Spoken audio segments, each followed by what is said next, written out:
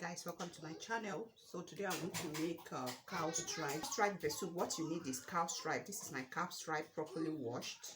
The shaki is here and the roundabout. So this cow stripe usually take time to cook, so just put it in the fire, turn on your heat and let it start cooking immediately.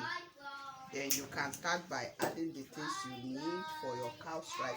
I want a half tablespoon of thyme because thyme helps to tenderize meat. So I'm adding it to it. I'll add seasoning cube, half tablespoon of salt.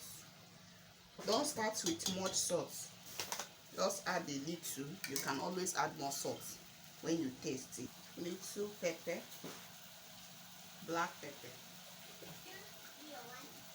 I want to add little curry powder, small. You want to allow it to cook for a little before adding more water. I want the cow stripe to absorb the ingredients I have here before I'll add more water to cook my pepper soup.